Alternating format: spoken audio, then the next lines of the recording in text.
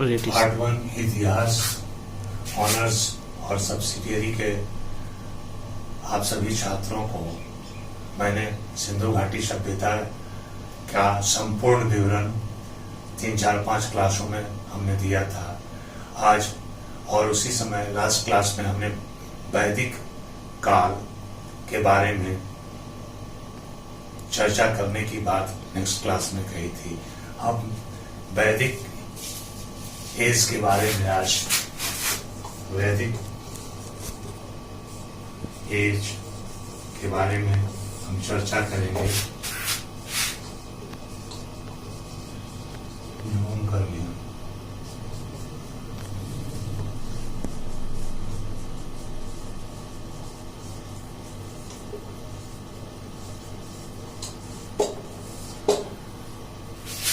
वैदिक काल का मतलब वेद का काल, और उसमें आपको हम जस्ट रिसेंटली जो लास्ट क्लास हमारा हुआ था उसमें हम बताए थे कि ये वेद काल के जो लोग थे वो आर्य थे।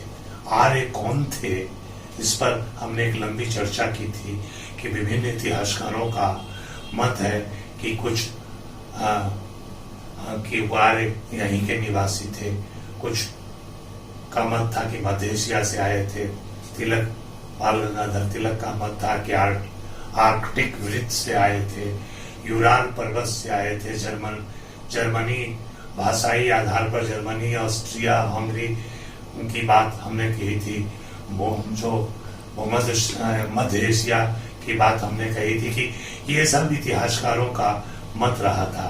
फिर इस पर सामान्य चर्चा हम करेंगे, लेकिन अभी हम प्रारंभ कर रहे हैं कि वैदिक साहित्य में प्रतिबिंबित भारत। वैदिक साहित्य में प्रतिबिंबित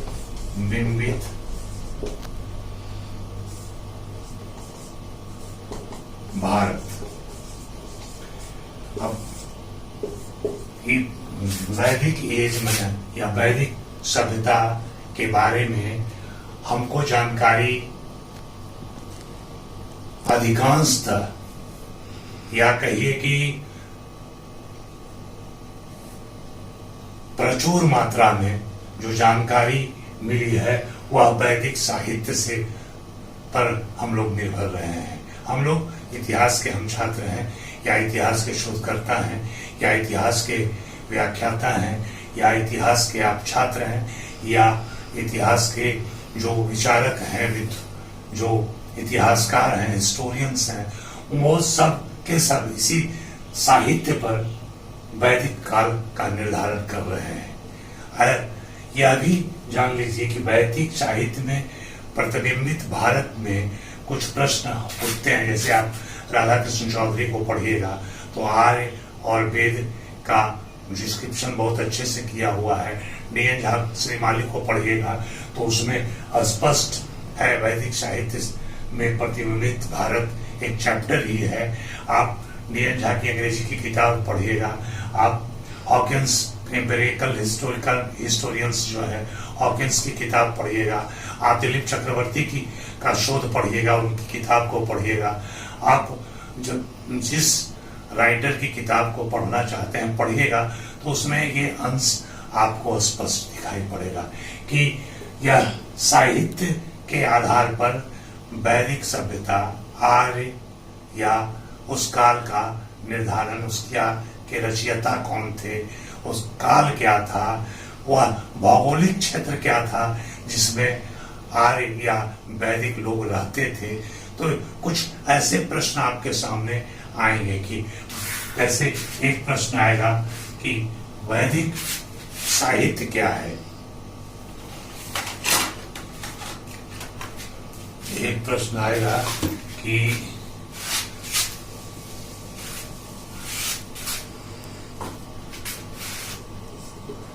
वैदिक साहित्य से क्या समझते हैं या क्या है। दूसरा आएगा वैदिक साहित्य के रचयिता कौन है? तीसरा प्रश्न आपके माथे में आएगा कि वैदिक साहित्य का रचना काल क्या है?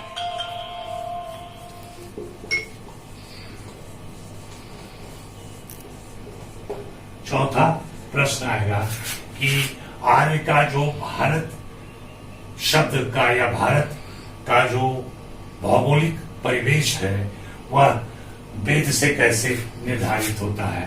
भारत की भौगोलिक पृष्ठभूमि का निर्धारण।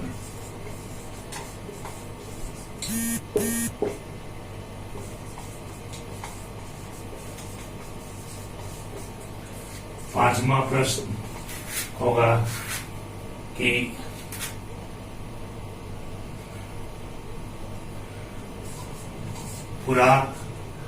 पुरातात्विक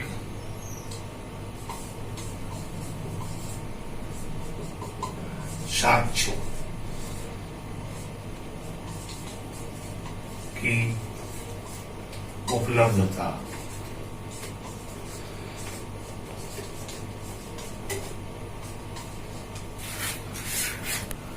जूम करेंगे तो ये आपको आपके सामने प्रश्न आएगा जब आप वैदिक काल के बारे में जानकारी प्राप्त करना चाहेंगे। तो ये 4-5 प्रश्न, वैदिक साहित्य क्या है, वैदिक साहित्य के रचयिता कौन है, वैदिक साहित्य का रचना काल क्या है, भारत शब्द की जो भौगोलिक पृष्ठभूमि रही है वह वेद से ही रही है और वेद में यह भौगोलिक क्षेत्र क्या था, उसकी पृष्ठभूमि क्या थी और क्या सिर्फ साहित्यिक स्रोत के आधार पर ही वैदिक काल का हम निरूपण करते हैं या पुरातात्विक साक्ष्य मिले हैं अथवा नहीं।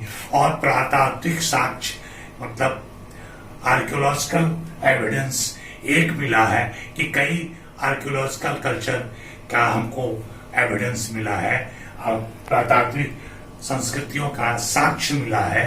इस बारे में आप जब तक अपने आप से इतिहास की किताबों से और छात्र के रूप में आप प्रश्न नहीं करेंगे तब तक वेद को समझने में थोड़ी परेशानी होगी। और राधा कृष्ण चौधरी की किताब, डी.एन. झा श्रीमाली की किताब हिंदी में काफी अच्छी है। डी.एन. झा की इंग्लिश में जो बुक है वो काफी अच्छी है। फिर और भी लोग हैं, जैसे आपको महाजन वगैरह की किताब है उसको भी आप पढ़ सकते हैं।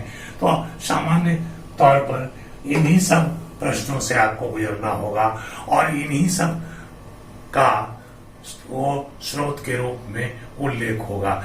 यह अवश्य है कि आर्य ही वैदिक लोग हैं या आर्य कौन थे, इस पर हमने बृहद चर्चा की है। फिर हम कुछ बिंदु पर इसका आपको रिवीजन करा देंगे इस वर्ग में। तो पहला प्रश्न क्या है कि वैदिक साहित्य क्या है? वैदिक साहित्य वह विपुल यानी भंडार है साहित्य का, वह विपुल भंडार है जिसमें कि वेद, ब्राह्मण, आरण्यक, उपनिषद, ये आते हैं। हमारे वेद है, ब्राह्मण है, आरण्यक है, उपनिषद है। अब कुछ इतिहासकारों का मानना है कि सूत्र साहित्य, वेदांग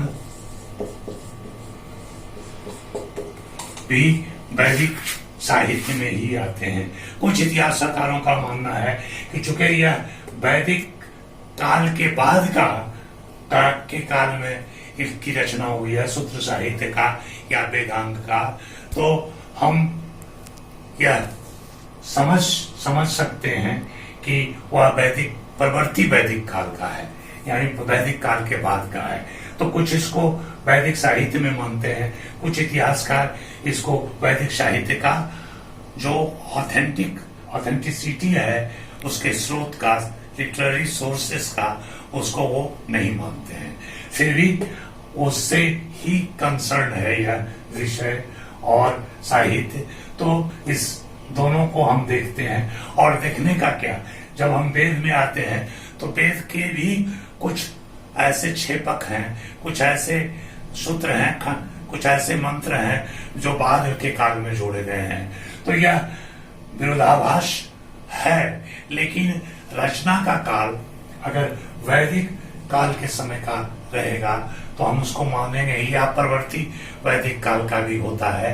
तो इतिहास उन साक्ष्यों को निरंतरता भी प्रदान करता है, और उसके तुरंत बाद अगर उसकी रचना होती है तो उससे कोरिलेट करता है, सहसंबंध बनाता है।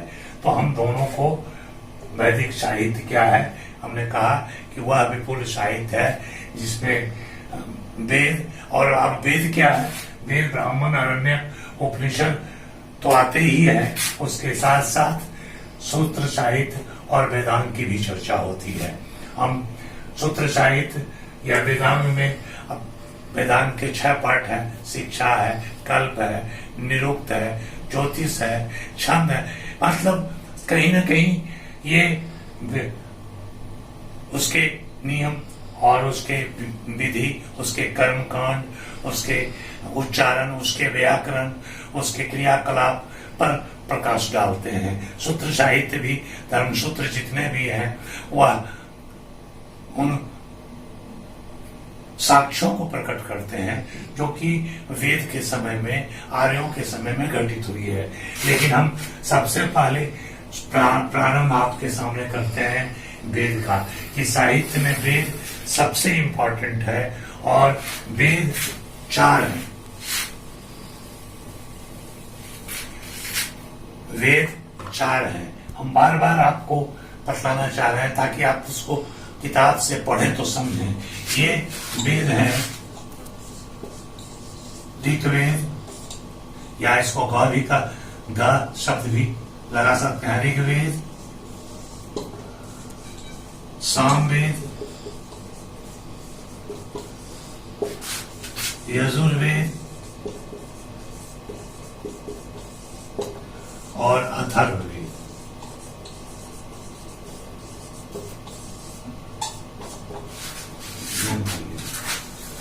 ये ऋग्वेद, वेद 4 हैं।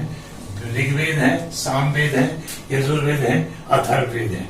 ये हम सिर्फ साहित्य बता रहे हैं, साहित्यिक स्रोत बता रहे हैं कि ऋग्वेद, अब इसका ब्राह्मण भी है, ऋग्वेद का ब्राह्मण भी है, इसका अरण्यक भी है, इसी तरह से इसका भी ब्राह्मण, अरण्यक, ब्राह्मण, अरण्यक है। अब ऋग्वेद में कहने को 1028 सूक्त है, सूक्त 1028 सूक्त है। ये 10 मंडल में विभक्त है ऋग्वेद, जिसका कि पहला और 10वां मंडल 10 मंडल में विभक्त है। 1028 1028 सूक्तास इसमें है, सूक्त हैं, और उसमें फर्स्ट और लास्ट अध्याय जिसको कहते हैं मंडल पहला और 10वां मंडल को भी छेपक माना जाता है। छेपक का मतलब है कि बाद में उसको जोड़ देना, एडिशन उसमें कर देना। जब ये किताब निकलती है तो प्रथम प्रकाशन में कुछ अगर अध्याय छूट जाते हैं या कुछ कंटेंट छूट जाते हैं, विषय वस्तु छूट जाते हैं, तो दूसरे संस्करण में उसको जोड़ दिया जाता है। पहली किताब अगर 2018 में निकली और दूसरी वही किताब उसी लेखक की 2020 में निकली, तो उसमें हो सकता है कि एक अध्याय या 2 अध्याय जोड़ा जाता है तो वह उस किताब का, उस रचना का क्षेपक कहलाता है। उसी तरह से ऋग्वेद में भी 10 मंडल है, 10 और 28 सूक्त है और प्रथम और 10वां मंडल उसका क्षेपक माना जाता है। अब आपको एक एक करके, जैसे हम ऋग्वेद का ब्राह्मण और आरण्यक,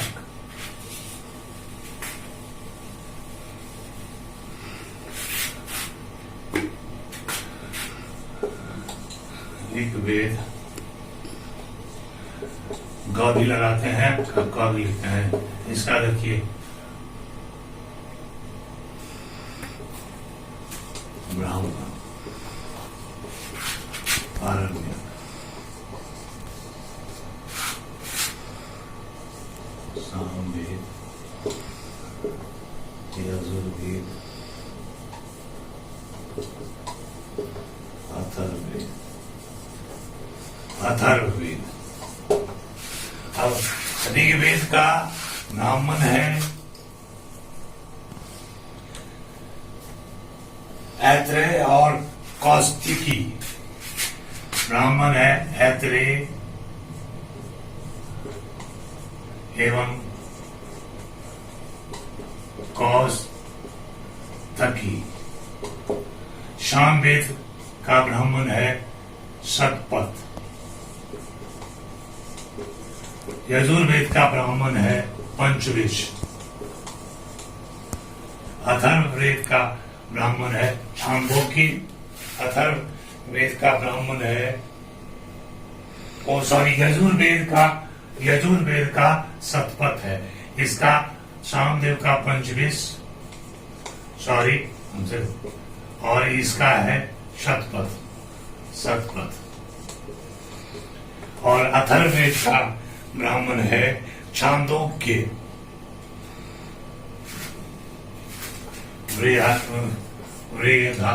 बृहदारण्यक एवं छांदोग्य। अब ऋग्वेद मंत्र में है, वो मंत्र में है, ऋग्वेद मंत्र में है।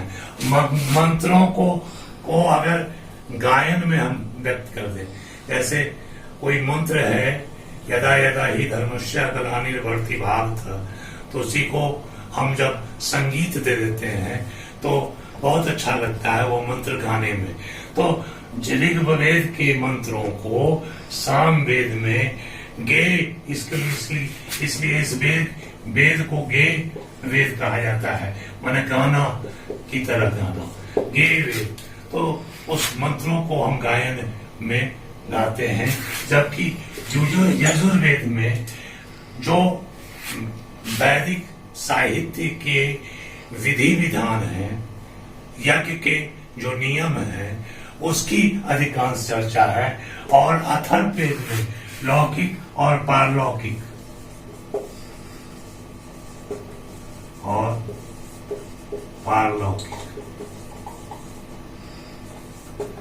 लौकिक और पारलौकिक, यह मतलब इस दुनिया के और इस दुनिया से ऊपर की दुनिया की बातों की चर्चा है। ईश्वरीय सत्ता की भी चर्चा है, चमत्कार की भी चर्चा है, भूत प्रेत की भी है, सभी तरह के शादी विवाह की भी है।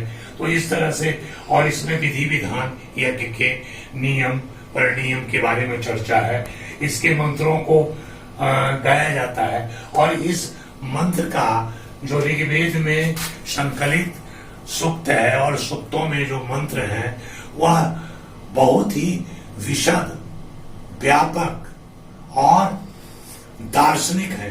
क्योंकि हम आपको यह बतलाना चाहते हैं कि ऋग्वेद साहित्य में जो बातें, मंत्र के जो अर्थ हैं, और वह जीवन के अनमोल दर्शन है। और आज तक चाहे वो प्रकृति का हो, नियति का हो, मानवता का हो, कर्मकांड का हो, ईश्वरीय धर्म का हो या चमत्कार का हो, सभी का विशद मंत्रों का अर्थ है। बहुत व्यापक अर्थ में ये सारे मंत्र कहे गए हैं, जो सर्वकालिक है। यह कहा गया है कि वेद ब्रह्म वाक्य है। ब्रह्म, ऐसा कहा जाता है कि वेद ब्रह्म वाक्य है, यानी ईश्वर ने जो कुछ भी कहा उसी तरह से इस भौतिक संसार के लिए, इस आध्यात्मिक संसार के लिए, इस मानवीय अस्तित्व के लिए, इस सामाजिक संगठन के विधि नियमों और व्यक्तित्व निर्माण के लिए, धर्म भीरू होने के लिए, जो भी कहा, सांस्कृतिक उन्नयन के लिए कहा, वह ईश्वर की वाणी है। और ईश्वर की वाणी से श्रेष्ठ कोई वाणी नहीं है, ऐसी मान्यता है, ऐसा विचार है। और ऐसे ही स्थितियां ऋग्वेद में हम देखते भी हैं। तो ऋग्वेद के जो ब्राह्मण है, ऐतरेय या कौस्तिकी, या जो उसके आरण्यक हैं, वह सभी विधि की बात करते हैं, अर्थवाद की बात करते हैं, और उसी को संहिताओं में व्यवस्था की गई है। क्योंकि एक और चीज हम आपको बताते हैं कि ब्राह्मण है कि इसके अलावा उपनिषद की भी हमने बात कही है। और उपनिषद, एक मिनट, फिर से हम इस पर आएंगे, लेकिन हम आपको यह बतलाना चाहते हैं कि आरण्यक उपनिषद जो संहिताओं में संकलित है, वह विधि को, कर्मकांड को, इस जादू टोना को, मंत्र के प्रभाव को, व्यक्तित्व निर्माण का विश्लेषण और सब धर्म भीरुओं के, सब धार्मिक सांस्कृतिक उन्नयन पर आधारित सभी तरह के तथ्यों का ये विश्लेषण भी करते हैं। इसके साथ साथ हम एक उपनिषद भी हमने कहा था कि वैदिक साहित्य है का स्रोत है उपनिषद। और उपनिषद का अर्थ होता है, उपनिषद का अर्थ होता है कि गुरु के पैरों के निकट बैठ के ज्ञान का अर्जन करना। और कैसा ज्ञान? तो वह ज्ञान हो ब्रह्म ज्ञान, ब्रह्म एवं आत्मा।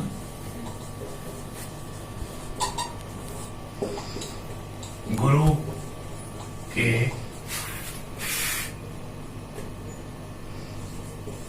पैरों के निकट बैठकर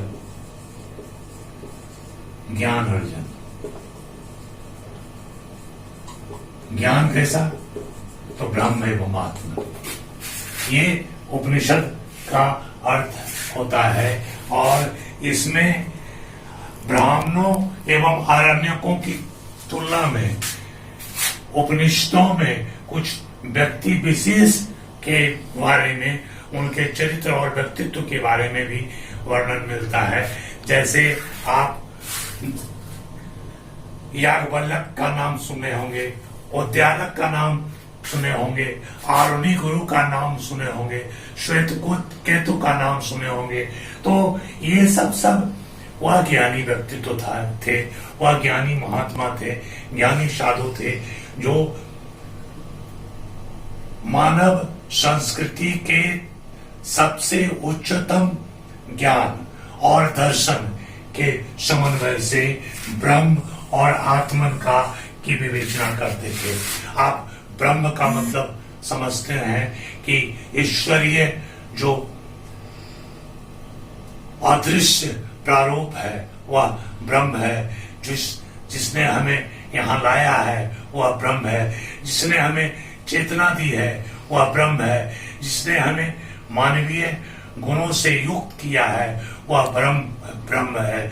जिसने हमें जीवन जीने की विधि बदलाई है वह ब्रह्म है। और आत्मन, हमारी जो आत्मा है, जो जब हम इस योनि में आए, मनुष्य बने, आप मानव बने, तो हमारा आत्मा और ब्रह्म का कैसे मिलन होता है, इसके संदर्भ में चर्चा है। बहुत विशद रूप से, व्यापक रूप से इसे समझने की आवश्यकता है। हम आपको धीरे धीरे फिर से हमने वैदिक साहित्य क्या है पर चर्चा करेंगे, और तब हम आगे बढ़ेंगे कि इसका रचना काल क्या है, इसके रचयिता कौन थे, वह पांचों बिंदु जो पुरातत्व के संदर्भ में भारत शब्द का भौगोलिक परिदृश्य क्या रहा है, या वह जो जाति थी आर्य वो कैसे इस साहित्य को एनरिच करती है, या जो आक्रमण करने के बाद या यहाँ का भौगोलिक क्षेत्र अस्पष्ट होता है, हम नेक्स्ट क्लास में इसकी चर्चा करेंगे। धन्यवाद।